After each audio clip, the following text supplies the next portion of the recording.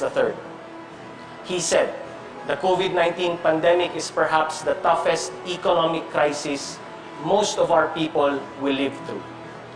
May mga binanggit siya mga datos tulad ng unemployment at ang pagbaba ng koleksyon ng gobyerno dahil sa pagbagal ng negosyo. Sabi naman ni DSWD Secretary Rolando Bautista sa pangalawang PREE Sona, umaabot sa mahigit na 70,000 OFWs ang kailangang umuwi dahil sa epekto ng pandemya sa ibang bansa.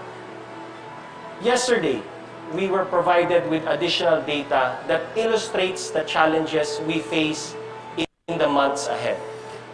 In a survey conducted at the beginning of the month, just over 1/5 of those polled said their family had experienced involuntary hunger at least once in the past 3 months. A figure that represents an estimated 5.2 million Filipino families. DepEd Secretary Leonor Briones reported, on the other hand, that only 27% of those enrolled in private institutions of learning have returned to their schools, as many private school students have been transferred by their parents to public schools, with families feeling the economic fallout of the COVID-19 pandemic. Overall, according to Secretary Briones, the number of enrollees in both private and public schools has so far reached only 77% of DepEd's enrollment target of 27 million. Matindi, malawak, at masakit ang epekto ng COVID-19. May mga pamilyang di makakain. May mga pamilyang di makakapagpaaral. As in any natural disaster, it is society's most vulnerable sectors that have borne the brunt of this pandemic. Our farmers, our youth, our poor.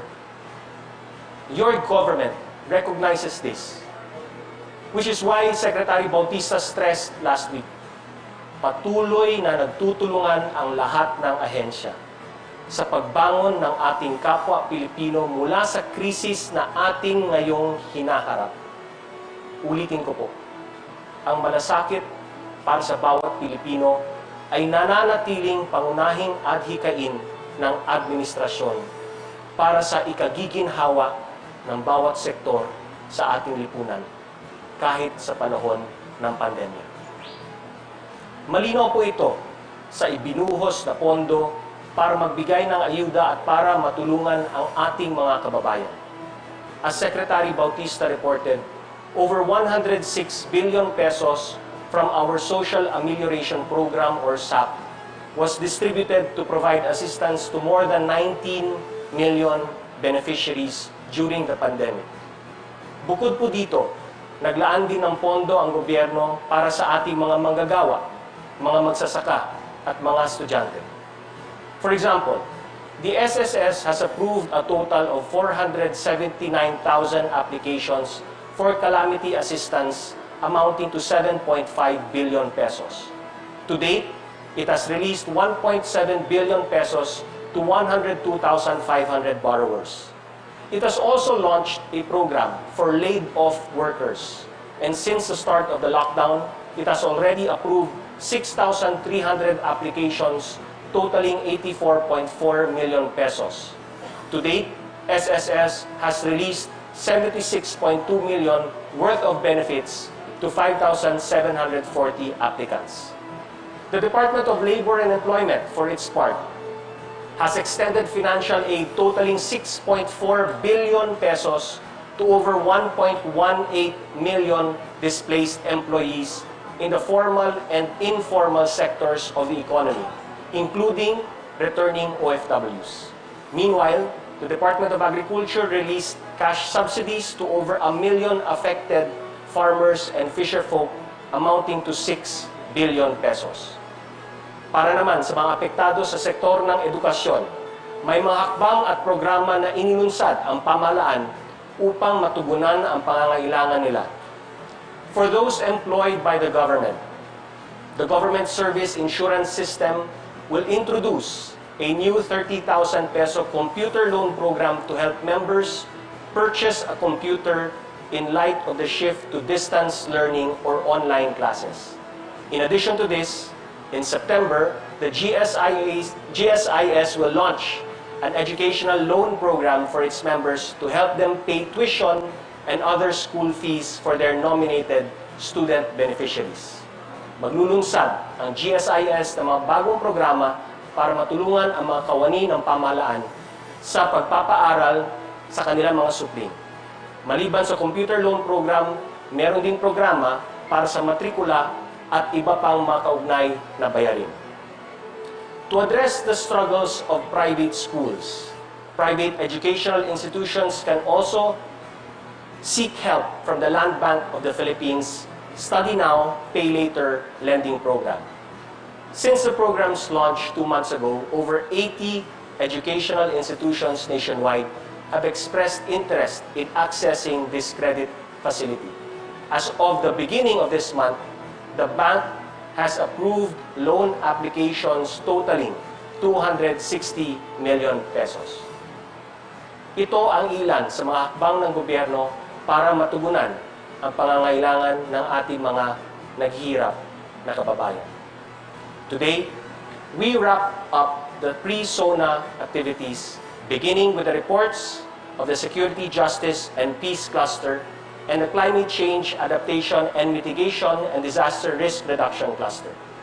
Secretary Delphine Lorenzana of the Department of National Defense shall report on the untiring efforts of the Security, Justice, and Peace Cabinet Cluster in protecting and safeguarding the interests of the people and the nation, particularly the government's efforts to protect our national territories and to safeguard territorial integrity, sovereignty, and sovereign rights, in ensuring the welfare of our overseas Filipinos, in strengthening the rule of law, in institutionalizing an efficient and impartial justice system, in advancing and protecting human rights, and in attaining just and lasting peace. We shall also be provided with information on how the country has increased its defense and security engagements with the international community in areas of logistics and defense support. More importantly, how we shifted from military-centric to civilian-led approach in confronting the armed communist movement and ending armed communist insurgency. The SJPC shall also report its concerted efforts in orchestrating COVID-19 containment and recovery efforts.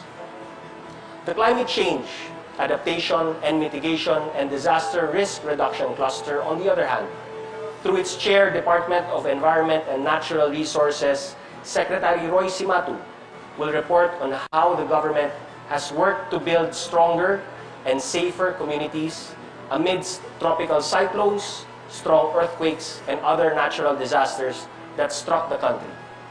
Their report will also include how government has responded to disasters through assistance for search, rescue, and retrieval operations, cash for work, loan assistance for agricultural production, processing facilities, and farm improvement for typhoon, earthquake victims, and the recent Taal volcano eruption. It will also highlight improved natural systems which include the rehabilitation of Boracay and Manila Bay, enhanced climate-resilient communities, reforestation through the enhanced National Greening Program, and better management of hazardous wastes, particularly medical wastes due to COVID-19. Following the presentation of these clusters, an open forum will follow to afford you the opportunity to direct your questions at the concerned department secretaries and heads of agencies. Before I wrap up, allow me to extend my sincerest gratitude and congratulations to our partners who made today's pre-Sona forum possible: the Security, Justice, and Peace Cluster, the Climate Change, Adaptation, and Mitigation and Disaster Risk Reduction Cluster, the Presidential Communications Operations Office, the Office of the Executive Secretary, and my fellow workers and the office of the President. We all also extend our gratitude to all those who tuned in to watch these PREE Sonas to know more about where our country is at, where it is going, and how we are going to get there. Mga kababayan, laging tandaan, kapag sama-sama, kaya nating umahon. Sa tulong ng Diyos at sa magkaisang aksyon, tayo ay babago. Maraming salamat po. Maraming salamat, Secretary Carlo Nograles, Cabinet Secretary. Impormasyon na mahalagang malaman ng bawat Pilipino ang dahilan kung bakit patuloy na inilulunsad ng Presidential Communications Operations Office ang tatak ng pagbabago 2020 sa kabila ng isang pandemya. At ngayong ilang araw na lamang bago ang State of the Nation Address ng Pangulo, tayo ay may pakikinggan na dalawa pang cluster. Unahin na natin ang isang cluster na walang sawang nagpapakita ng katapangan sa pagsigurong nananatiling ligtas ang ating bayan.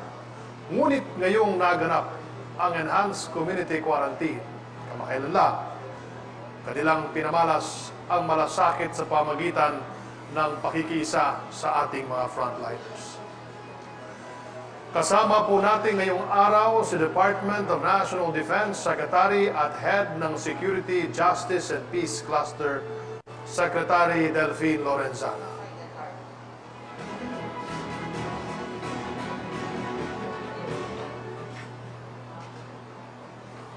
Mula sa Security, Justice and Peace Cluster na binubuo ng Department of the Interior and Local Government, Department of Foreign Affairs, Department of National Defense, Department of Justice, Office of the Presidential Advisor on the Peace Process, at National Security Council, isang ligtas at mapayapang araw sa ating lahat. Kinagagalak kong iulat ang bunga ng ating pagsisikap para paigtingin ang seguridad, kapayapaan at hustisya sa ating bansa. Sa pangunguna ng Pangulong Rodrigo Roa Duterte, narito ang mga patunay ng patuloy na pagkalinga ng pamahalaan sa ating mga mamamayan. The Philippines continues to pursue an independent and principled foreign policy that serves our national interest, fosters respectful friendships, and facilitates beneficial and meaningful cooperation and partnership with the global community. Defending national sovereignty and protecting territorial integrity is a paramount priority of this administration. President Duterte's bilateral and multilateral engagements with other countries and cooperative mechanisms amongst claimant countries has significantly lowered the tension and has greatly helped in managing the issues in the West Philippine Sea. We have actively pushed for the effective implementation of the 2002 Declaration on the Conduct of Parties in the South China Sea. We are likewise pursuing the early conclusion of effective and substantive code of conduct in the South China Sea by all the claimant states. We continue to engage them in confidence-building measures. To improve the living conditions of our people in the West Philippine Sea, we are upgrading existing facilities in the 9 islands that comprise the municipality of Kalayaan, particularly the island of Pag-asa. For the first time since 1970s, Pag-asa Island has received major infrastructure upgrades, namely a ship beaching ramp and a sheltered port for our fishermen. It is now easier to proceed with other development projects such as concreting the runway and its apron and construction of other structures for the residents and our troops. Addressing recurrent incursions and harassments by military and civilian Chinese vessels, the Philippines has taken diplomatic actions against China for activities against our national sovereignty. This is on top of our enhanced surveillance, enforcement, security, and development capabilities in the area. The AFP improved its identification, detection, and interdiction efforts through our newly installed air defense surveillance radars, the conduct of wider air and maritime patrols, and setting up additional detachments in strategic locations. Dahil sa mga ito, masusunod na nating namabantayan at namamanmanan ang kalawakan at karagatan sa ating teritoryo. We continue to boost our defense capabilities through the AFP Modernization Program. The AFP has acquired several assets, the most recent of which is the BRP Jose Rizal, the Navy's first brand new frigate that was received earlier this month. Combat support aircraft are also due for delivery this year to the Philippine Air Force. Meanwhile, the President ordered us to defer the termination of the Visiting Forces Agreement with the United States. This allows our armed forces to continue engaging the U.S. forces in joint military exercises. We strengthened our maritime security cooperation with neighboring nations such as Indonesia and Malaysia to secure our shared borders. We also agreed with Indonesia and Palau to advance common interest in managing and preserving marine resources in the exclusive economic zones of the three countries. We have also launched marine explorations to protect the biodiversity of our waters. In the Philippine Rise, the government funded an all-Filipino marine science research expedition to coordinate marine science research initiatives and related activities. Moreover, consultations were held by the National Coast Watch Council and the National Task Force on the West Philippine Sea to update our national marine policy. Bilang pagkilala sa mahalagang ambag ng mga overseas Filipinos sa ating bansa, prioridad ng pamahalaan ang pagtataguyod ng kanilang kapakanan. Upang matiyak ang agarang serbisyo saan man sila naroroon, nagdagdag ng 6 na embahada at konsulado ang Department of Foreign Affairs sa iba't ibang panig ng daigdig. Pinalakas natin ang pananaig ng batas sa ating bansa. Napanatili ng ating kapulisan ang kapayapaan at kaligtasan ng ating mga pamayanan. Bumaba ang bilang ng krimen, napabilis ang pagresolba sa mga ito, at napaigting ang kampanya laban sa illegal na droga. The overall national crime incidence has decreased in the first 6 months of 2020 by 51%. Bunga naman ng mga reforma sa Department of Justice, bumilis ang pagresolba ng kaso sa piskalya at ang pagsasampa ng mga ito sa korte. Dahil sa pinalakas ng prosekusyon, nabawasan ang mga kasong nadidismiss at dumami ang nalilitis at nahahatulan. Sa pagdami ng ating abogado, napalawig ang pagbibigay ng libreng payo at serbisyong legal sa ating mga mamamayan. This allows a sense of equity and fairness as those who have less in life are assured of quick and impartial justice, boosting our people's confidence in our judicial system. Bilang pangangalaga at pagsulong sa karapatang pantao, inihabla natin ang mga organisasyong konektado sa terorista at komunistang grupong CPP-NPA. Kinasuhan ng marder sina Jose Maria Sison, Saturo Campo at kanilang mga kasama para panagutan ng inupakan massacre noong dekada 80 kung saan pinapatay nila ang maraming miyembro ng CPP-NPA dahil sa purging o paglilinis ng kanilang hanay. Kaugnay nito, naglabas na ng warrant of arrest ang korte laban kay Sison at mga kasamahan nito. Para pangalagaan ang karapatan ng mga kabataan, sinampahan natin ng kasong trafficking of persons, kidnapping, child abuse at krimen laban sa international humanitarian law ang mga organisasyong nagre-recruit ng mga child warriors gamit ng kanilang mga salumpungan schools, universidad at kolehiyo. Sa pakikipagtulungan natin sa kagawaran ng edukasyon, naipasara ang mga huwad ng mga paaralang ito na ginagamit na prente ng CPP-NPA-NDF. Layunin ng mga ito na linlangin ang mga katutubong kabataan, lasunin ang kanilang isipan at turuan silang labanan ang pamahalaan. Tinutulungan natin ngayon ang mga apektadong mag-aaral para magkaroon ng dekalidad, kapaki-pakinabang, makabuluhan at makabayang edukasyon.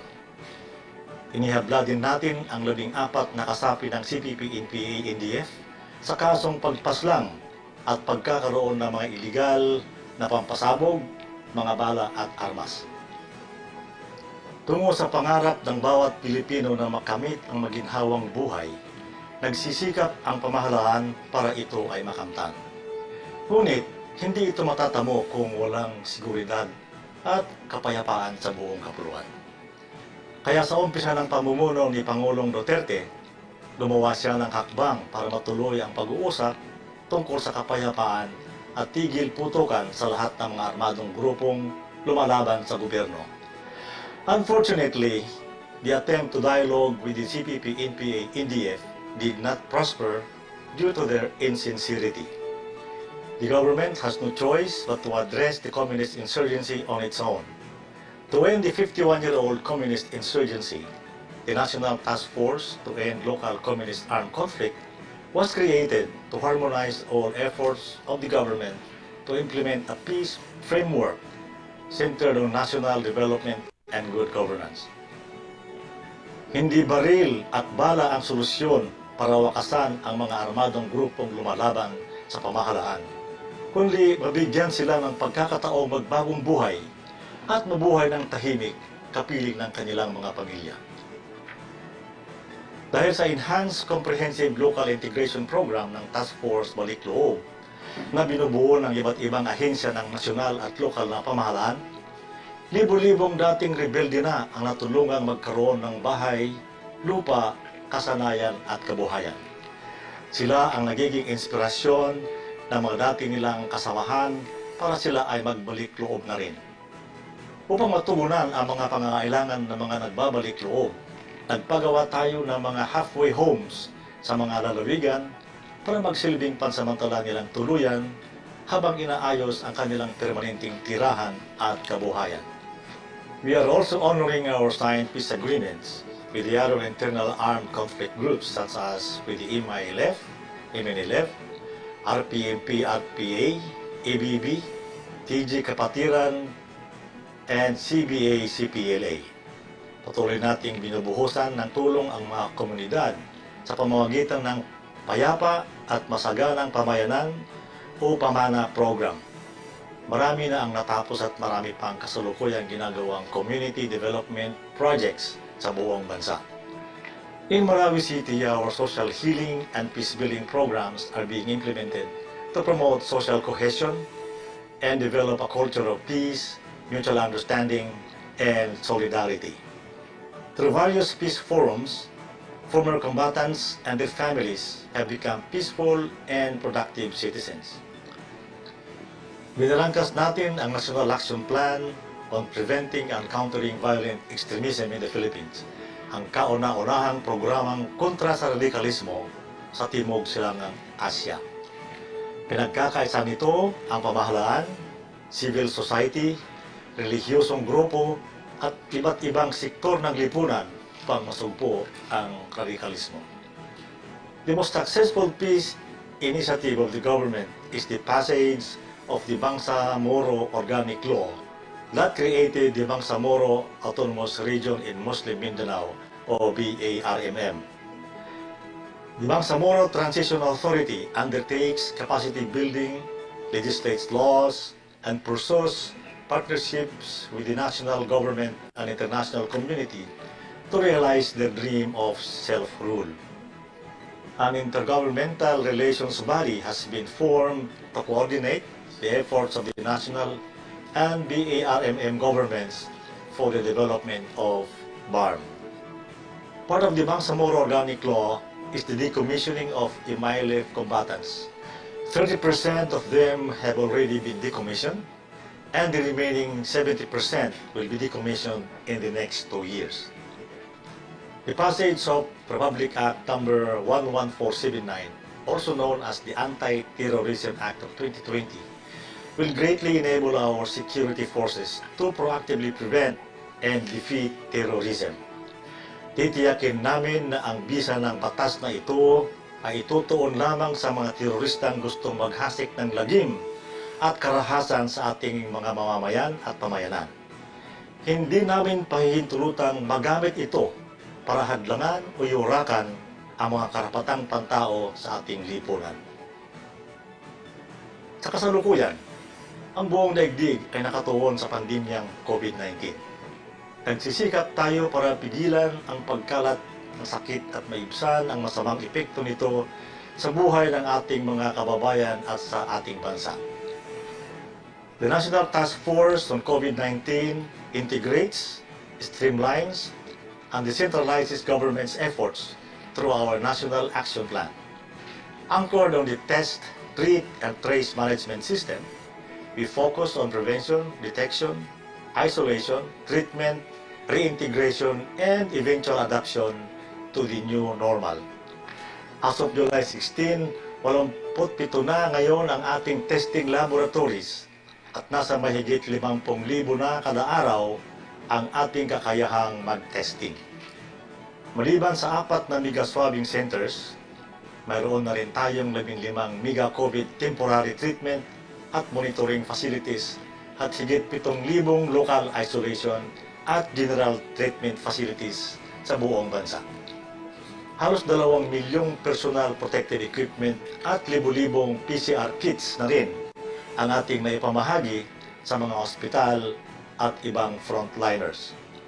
Massive efforts were also undertaken by the DFA to bring home overseas Filipinos who were displaced and stranded due to the pandemic. Those who were severely affected were provided with financial and legal assistance.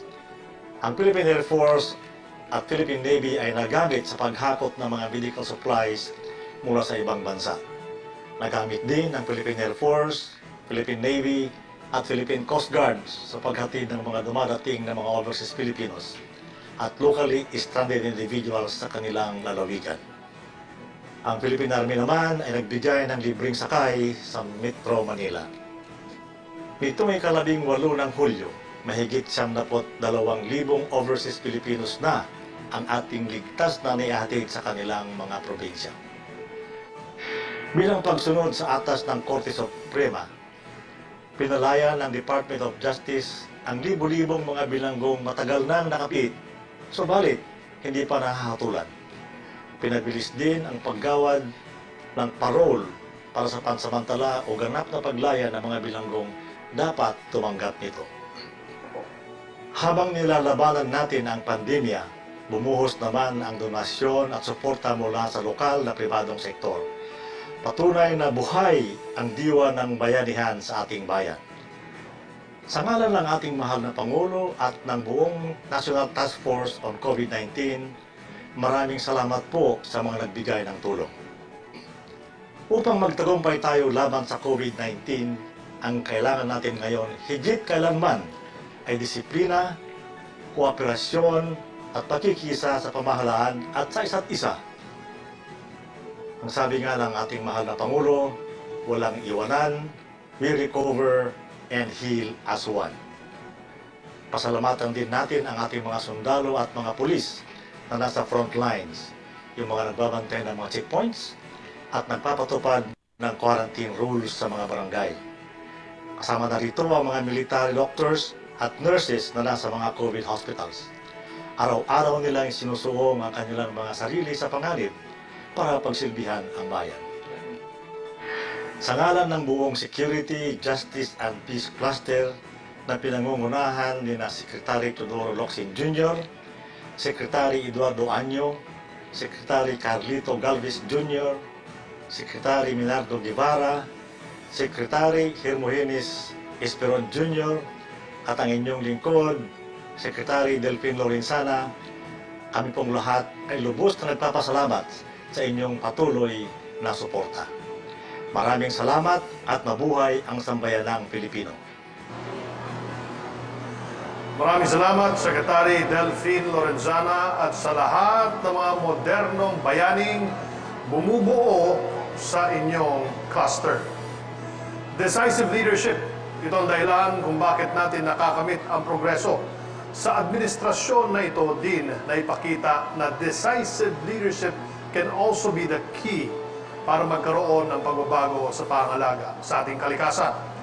Matapos ang matagumpay na rehabilitasyon ng Boracay at ng Manila Bay, ano-ano pa ba ang mga hakbang ng Climate Change Adaptation and Mitigation and Risk Reduction Cluster? para masigurado na kasama ang kalikasan sa pag-asenso at pagtamasa ng positibong mga resulta. Alamin natin mula mismo sa head ng cluster DENR Secretary Roy Simato.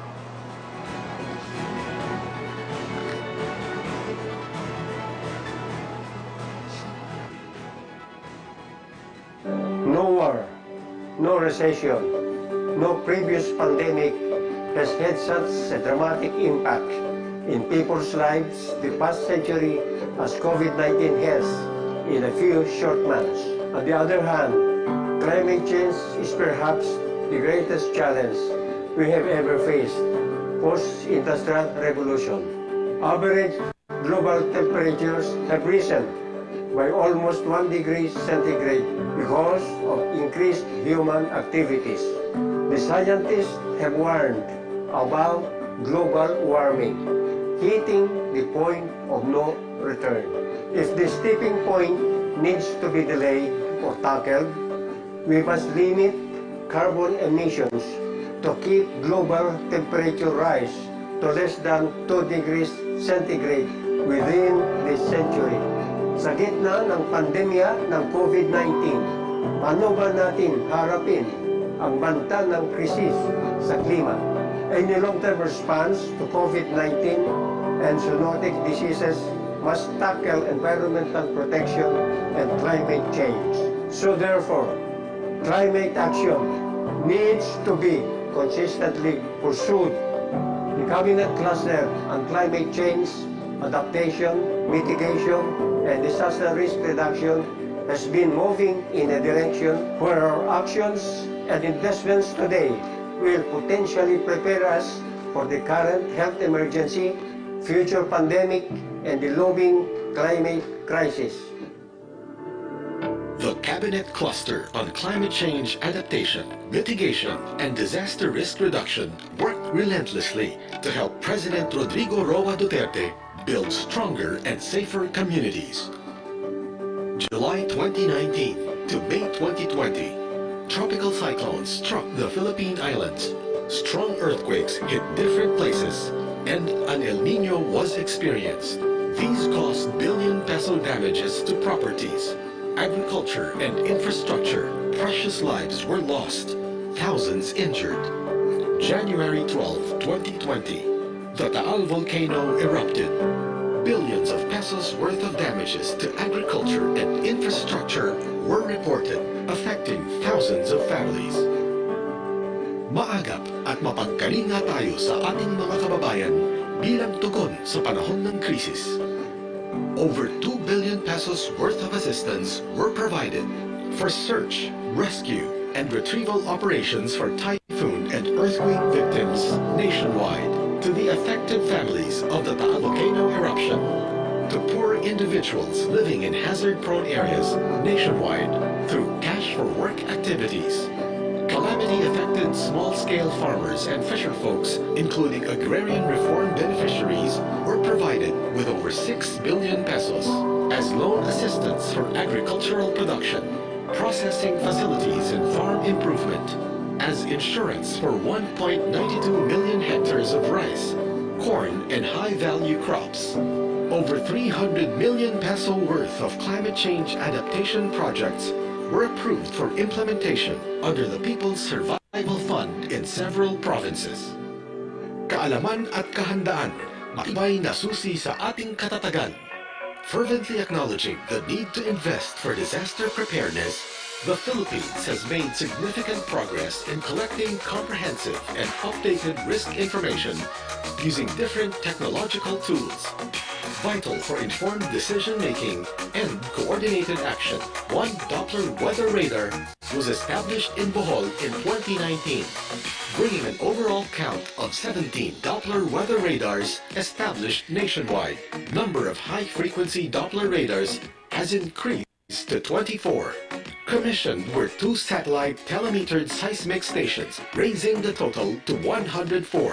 Generated were additional 9 active fault maps. Training and technical assistance were provided to LGUs, national government agencies, and the private sector. Through the GeoRisk PH, Hazard Hunter PH program, and the GeoAnalytics PH platform were developed, aimed to generate data for more accurate reporting and preparing for hazards. The Philippines was able to access funds from the Green Climate Fund with the approval of $10 million project for the establishment of a multi-hazard, impact-based forecasting and early warning system in hazard-prone provinces. This proves government's determination to scale up forecast-based financing, which uses weather projections to give vulnerable communities the resources they need to prepare. High-level simulation exercise among cabinet officials and executives was conducted, providing an avenue to identify areas to strengthen disaster preparedness, prevention, and mitigation. To ensure public service continuity at post-disaster, government command and control centers are being established to ensure prompt availability of critical lifelines. Safe open spaces and critical lifeline facilities in Metro Manila were identified and mapped. Government Emergency Communication System Mobile Operations Vehicle for Emergency, a rapid deployable emergency communication system to disaster-stricken areas in the country, was launched. Tuloy-tuloy na pagkalinga sa likas na yaman at kapaligiran, susi sa ating katatagan. Government improved natural systems and enhanced climate-resilient communities. Boracay Island Rehabilitation, a President Duterte legacy, is about enforcing the law. Beach easement recovery reached 67% completion. Structures not compliant of the required easement were demolished. Boracay circumferential road improvement is almost 50% completed. Boracay drainage improvement project's construction to address island flooding is on track. Water quality already reached the safe level for swimming and skin diving. Manila Bay's rehabilitation makes headway in the cleanup and improving the water quality, another milestone of the President. At the Manila Baywalk, a 1.7-kilometer wastewater interceptor was constructed to catch dirty waters from the three notorious outfalls of Manila at a solar-powered sewerage treatment plant, STP, beside the Manila Yacht Club. This STP is capable of treating 500,000 liters of untreated water per day. As a result, coliform levels at the Baywalk area have drastically decreased recently. A 2.5-kilometer-long trash boom was already installed, designed to trap for collection of floating debris coming offshore before these would inundate the seawall of the Manila Baywalk. Dredging the waters fronting the whole Manila Baywalk is in full blast, while nourishment of the beach area beside the U.S. Embassy is ongoing. Dredging of the Tullahan-Tinajeros River system through the support of San Miguel Corporation's 1 billion pledge for the dredging and cleanup of the river system has started. With the help of barangays, communities, private sectors, and Estero Rangers, the massive cleanup of esteros continues. Direct dumping of trash along the riverways draining to Manila Bay is a critical issue that needs to be resolved in a comprehensive manner. Provision for resettlement of the informal settler families is a key action in the rehabilitation of Manila Bay.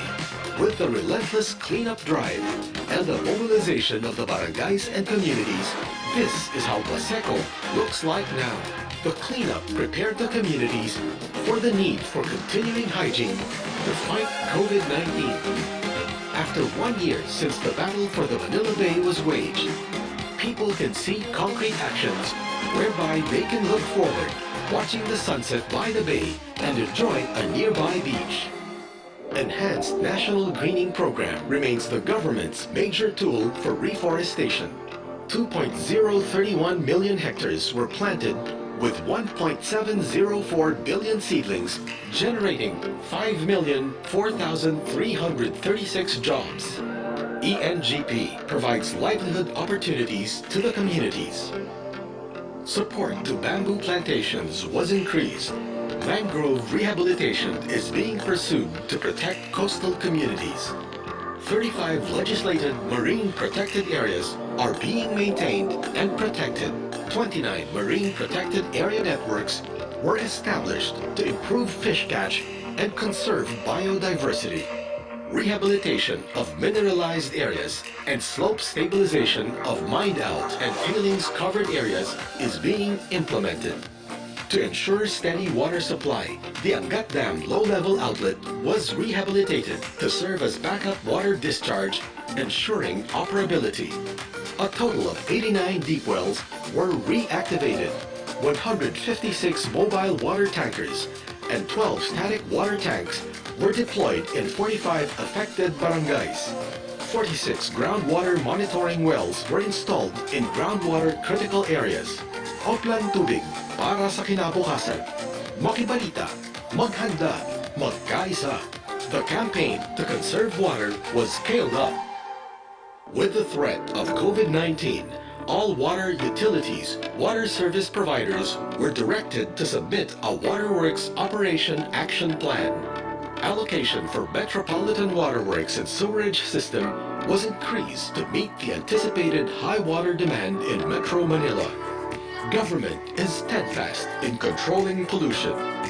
27 dump sites were closed. 382 materials recovery facilities and 22 sanitary landfills were constructed. To manage garbage, LGUs were provided with equipment and facilities worth over 1 billion pesos. Guidelines for the integrated management of municipal solid wastes through waste-to-energy facilities took effect. Use of certain single-use plastic items were prohibited in all government offices. Wastes from Korea without importation clearance were shipped back to Korea.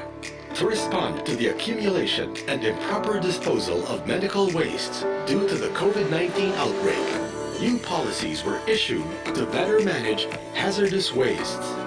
Government relentlessly pursued the protection and rehabilitation of rivers. 16 rivers nationwide were identified as most improved on water quality. 585 water bodies to date were adopted nationwide by private sector partners. Monitoring of water bodies nationwide showed improvement in water quality. Compliance enforcement in major recreational beaches was intensified.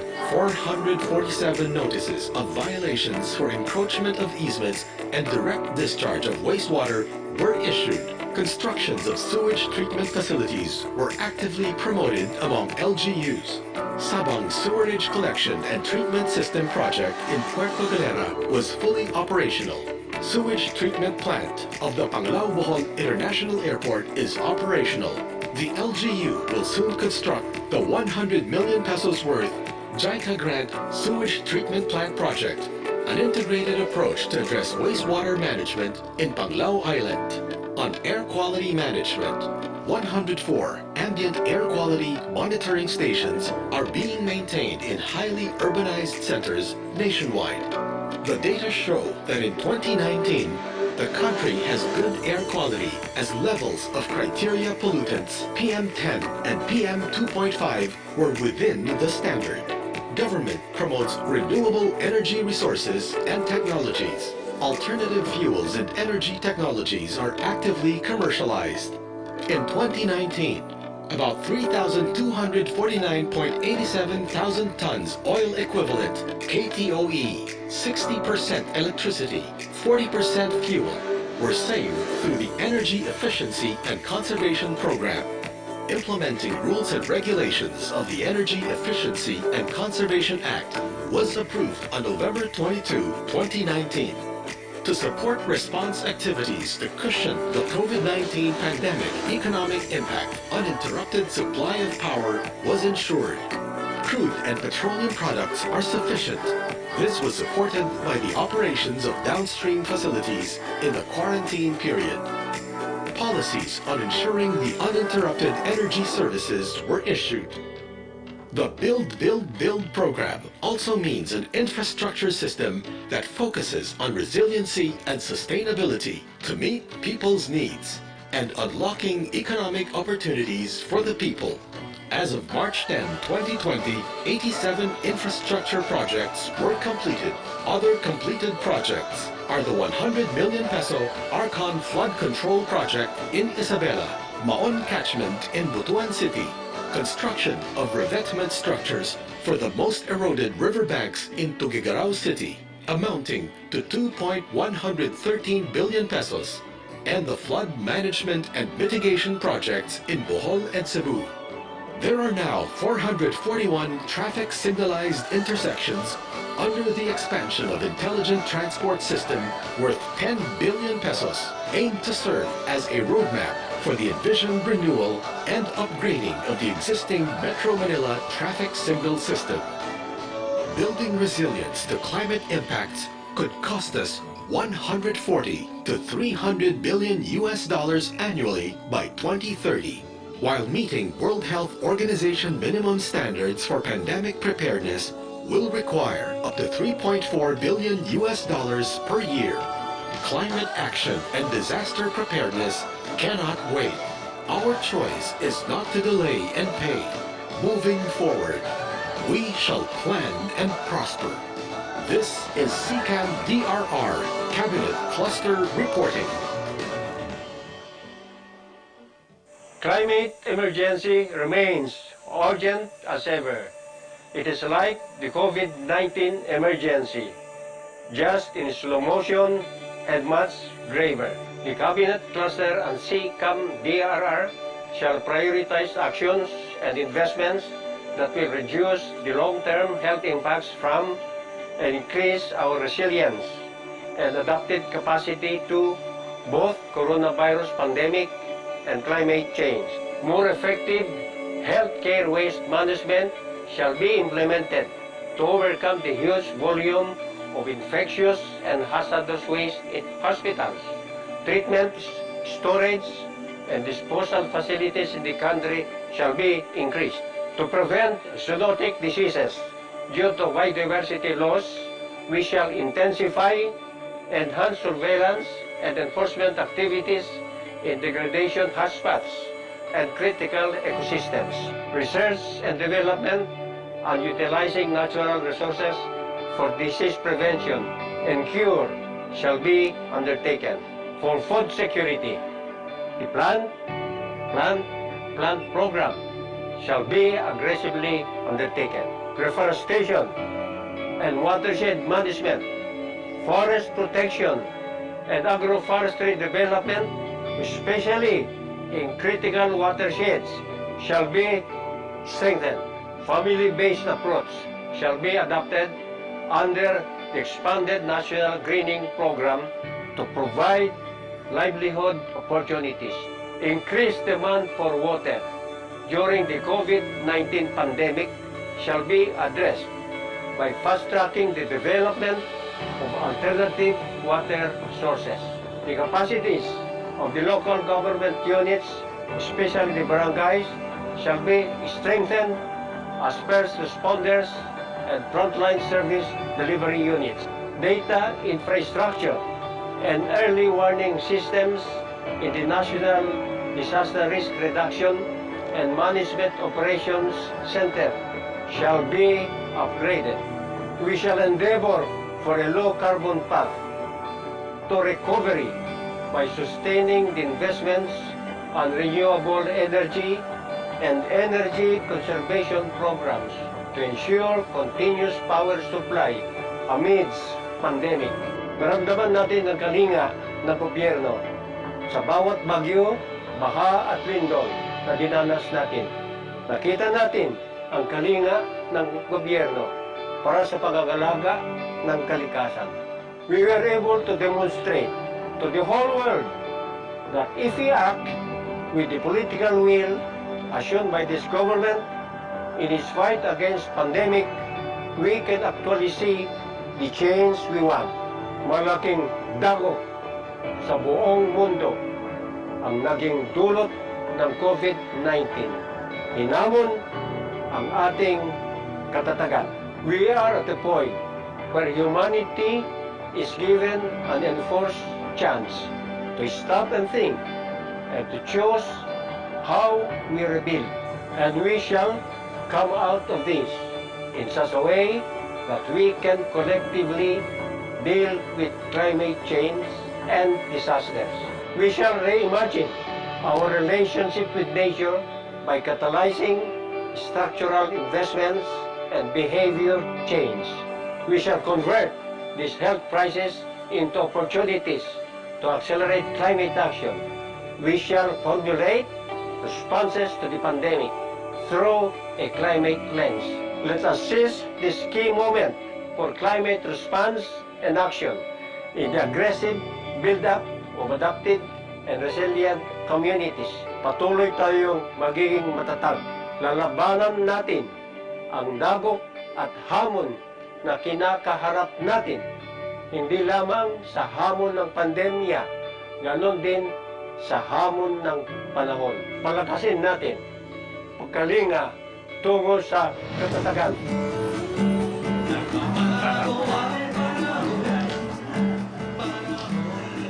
Ating narinig ang mga ulat mula sa Security, Justice and Peace and Climate